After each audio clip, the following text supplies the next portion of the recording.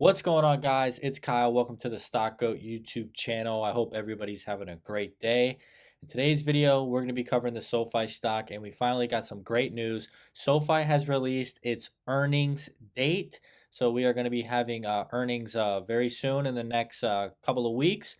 We're going to be covering that in this video, and we're going to really be talking about potential profitability that we're going to be seeing. I think this is going to be the biggest move that the SoFi stock has ever had since the company IPO'd. And we have seen the stock move about 30 to 33% before, I believe, on an earnings pop. Of course, the big thing that we want to see is we want to see big money whale investors, the guys that have been investing in, those profitable bank stocks. We want to see them move over to a SoFi because they're showing profitability. This is exactly a great example of investor Warren Buffett investing in Nubank. He was investing in Nubank, 2, 3 years ago when it IPO'd, when the company was still losing money. So even Warren Buffett was willing to invest in an unprofitable growth stock. Why? Because he saw the potential profits coming in the future. So we want to see those big whales step in and finally hold this stock up and stop seeing the crazy volatility of 50% moves up and 50% moves back down, in the matter of, a 2 month span. So that's what we want to see. We want to see profitability and whales begin to step in, investing in future profits. So if you find any of this information useful, be sure to smash the like button. Let's try and get the video to 1,000 likes. Don't forget to drop a comment. Are you buying SoFi stock right now? What is your expectations for earnings? And guys, don't forget to subscribe to the channel. I'll be keeping you updated on all the breaking news. Let's get into it. All right, guys, taking a look at the market today. S&P 500, you can see it was up in the morning, but just nonstop selling off, finished red. Dow completely flat. NASDAQ tech heavy, down 0.5%. Russell 2000 small cap, down, kind of flat. But yesterday, guys, remember we got hit about 2%, and you can see SoFi did finish up about 1.3% today. But the after hours, guys, after they released their, earnings date, the stock was just doing crazy manipulation as well. We always see this. It says 0.24%, but don't believe that. Look at the crazy volatility we were actually having. So you can see right now we're watching the stock on the overnight. It's about 8 o'clock. But guys, look at this. We finished the close right here at 4 o'clock, down 0.2%. And then look at this, guys. Boom, just a 1.5% dump. That's the stuff I'm talking about with SoFi. It's algorithms. You're not going to see retail investors dumping, 1.5% of the market cap after hours. This is just non-stop manipulation, short selling, short covering. The list goes on.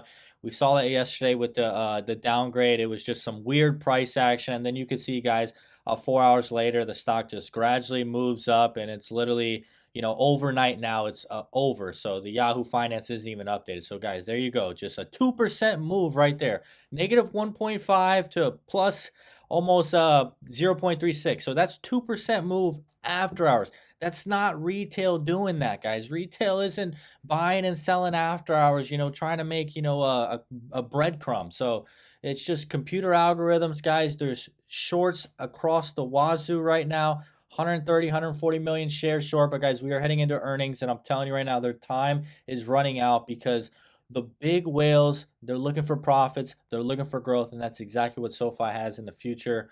Not even the future, guys. We're talking about 3 weeks away. And here we go, guys. SoFi schedules conference call to discuss Q4 2023 full year results. We can see this is going to be taking place pre-market, 7 a.m. January 29th, guys. So the countdown, I mean, what is that? We're talking 25 days, 3 weeks away. This is awesome, guys. So hopefully we start to get some upward price action. Maybe best case scenario, because we had that nasty sell-off, maybe the stock finishes at 950, which is a 10% move over the next 3 weeks. That would be, best case scenario. Worst case scenario, I'd say we'd sit at about 850 right here and do nothing for the next 3 weeks. So 850 to 950. If we get a good earnings pop of, let's say, 30%, which was like our max, that brings the stock back to 1050, 1150, and then 1250, guys. So that would be, new 1.5 52-week highs. Okay, so 1250, best case scenario. But the whole thing is, it's not really the earnings move that we want to see. We want to see a nice pop, of course, but we want to see like a 5%, 7% pullback and actually hold.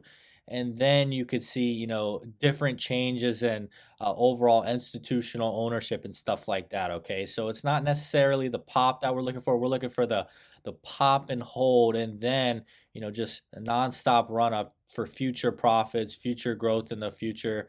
Just big whales finally getting in and basically, squeezing the shorts out because, they're just so over aggressively shorting this company, 13 to 15% the past couple of weeks. So that's what we're really looking for. But let's get into the earnings and see, what type of expectations we need to be looking out for. All right, guys, this is the current quarter right here for December. And you can see we got 15 analysts covering the stock.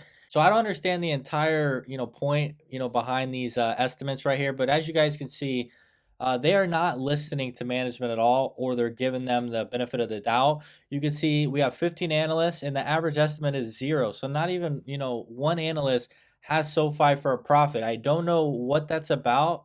I don't know if that's bearish or bullish, or they're trying to help the SoFi management out. I don't know. I don't really care. I'm listening to management. I'm not really worried about what these analysts have to say. You can see the low estimate is a 1 cent EPS loss. The high estimate is a 2 cent EPS profit. But guys, this is all you need to be looking at. You just need to be looking at this 0 EPS and listen to what CEO Anthony Noto and Chris Lapointe have been talking about. They're talking about profits. Okay, we don't know what type of profits, but I know a profit is more than 0 cents. So that's what we're going into.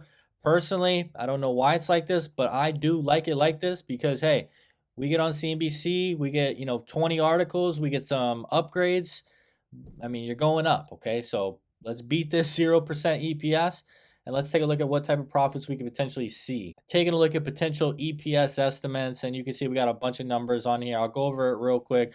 But what we need to do is start with the Q3 earnings and take a look at what type of EPS we had. All right, guys, you can see right here, disregarding that non-cash expense for the Technisys where, they had to write down like 200 million or whatever, 220 million. You could see right here, it says they would have had a net loss of 19.5 million, which is equivalent to -3 cents. So now we know, with the outstanding shares on SoFi of what each penny is worth, equivalent to the outstanding shares. So as you guys can see, if you do the math, it comes out to about $6.5 million per penny, okay? Negative for profit, it doesn't matter. It's $6.5 million. To make it real easy so we don't have the halves, we're just going to do 6 million. So the profits that we're going to look at might be under, a million or 2 million, but we're going to do 6 million per penny. So basically a 1 cent EPS would be a 6 million profit, 2 cent EPS, 12 million profit, 3 cent, 18 million, 4 cent, 24 million, 5 cent, 30 million, 6 cent, 36 million, 7 cent, 42 million, 8 cent, 48 million, of course. As you get a little bit higher, guys, it's going to be off, a couple $1,000,000. But this is, pretty precise. I'd say 97% precise of what type of profits we will see on an EPS of these numbers. And, I didn't go any higher than 8 cent because I think that would probably be the max we could see. But just understand that the Q3 EBITDA, this really gives us a good understanding of what type of profits we could see because we just need to, adjust the EBITDA to the net income losses that we've been getting. And Q3 EBITDA did come in at $98 million, and that was about equivalent to the 3 cent EPS loss, which was 3 cents, and that was a $19 million loss, which I just showed you, okay? So now we need to understand what type of EBITDA is it going to take to break even? Guys, this is pretty simple math, okay? I'm not a mathematician. I mean, this is, 4th, 5th grade math. What type of EBITDA do we need, guys? To break even, they would need 117 million EBITDA. That's just saying if they keep, all of the expenses and stuff like that, about the same, basically the marketing, the stock-based compensation. You could see that number move, of course, with customer acquisition costs dropping. Let's say they, just drop their marketing 5-10 million. That's the difference. It could be a couple $1,000,000, but we're just assuming that customer acquisition cost comes down, and they spend the same amount of dollars on marketing. looking for maybe a 600,000 member growth. But remember, guys, the first 3 quarters of this year, I believe it was a 76 million EBITDA, 77 million, and then a 98 million. That came out to $251 million of EBITDA.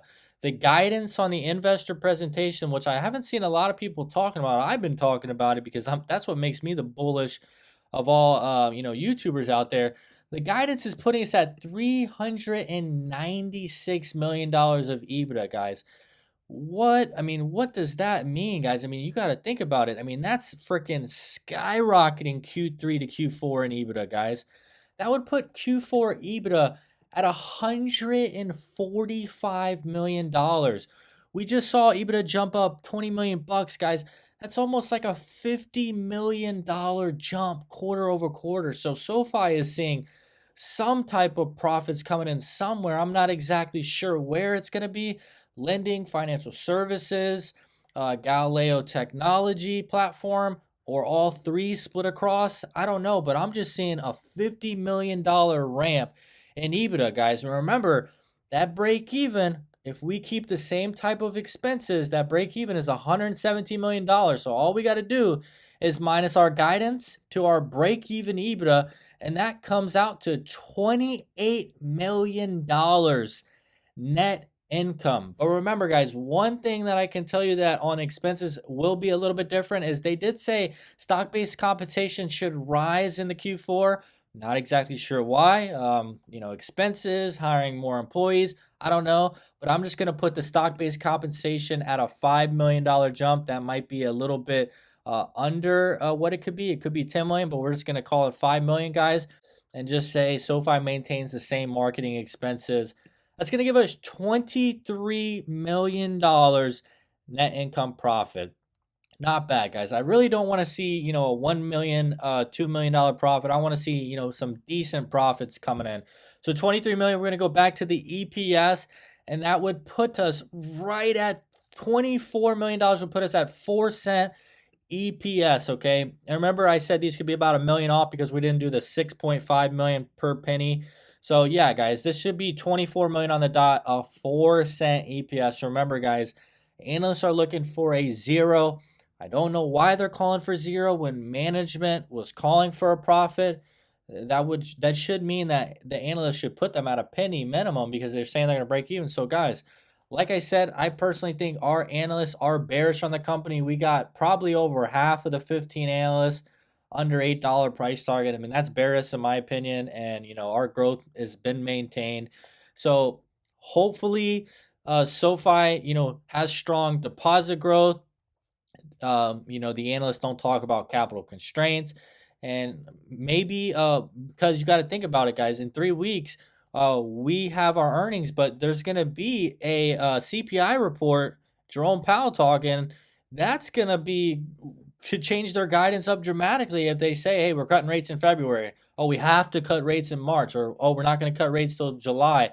I mean, the CPI report is going to change whatever SoFi has written down. I mean, SoFi may not even have a guidance written down right now. I mean, they might have just announced the date, but they could potentially be waiting to put out their 2024 guidance because, guys, I mean, one rate hike, a couple months earlier, a couple months later, or a pause. I mean, this could fluctuate profitability EBITDA by hundreds of millions of dollars next year. And you got that analyst coming out yesterday, cutting our guidance to 10% growth for 2024. I mean, you're not God. You can't expect the future before Powell even has spoken. And giving us the bear case scenario of lower rates is bad. Now, it just doesn't make sense. It looked like a hit piece, short articles lined up across the board.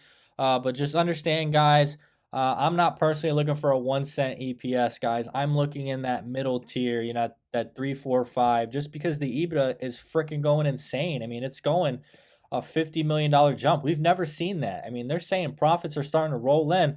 I mean, what if they cut marketing expenses by 10, 20 million bucks?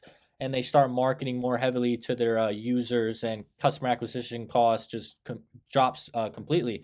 We just don't know. But, I'm just saying, guys, going off of what they said and maintaining expenses, stock-based compensation a little bit higher, we're looking at about a $23 million profit, right around the 4-cent EPS profitability. And this is amazing news. I think it's going to get institutional ownership jumping up from 30s to potentially 40-50%. And that's what's going to keep the stock from seeing those volatility swings. If you made it to the end of the video, I want to say I really do appreciate it. I enjoyed doing this video for you. Be sure to subscribe to the channel. Don't forget to smash the like button, and please drop a comment. I'm going to be commenting back to as many people as I can. Once again, my name is Kyle. Hope you have a great day.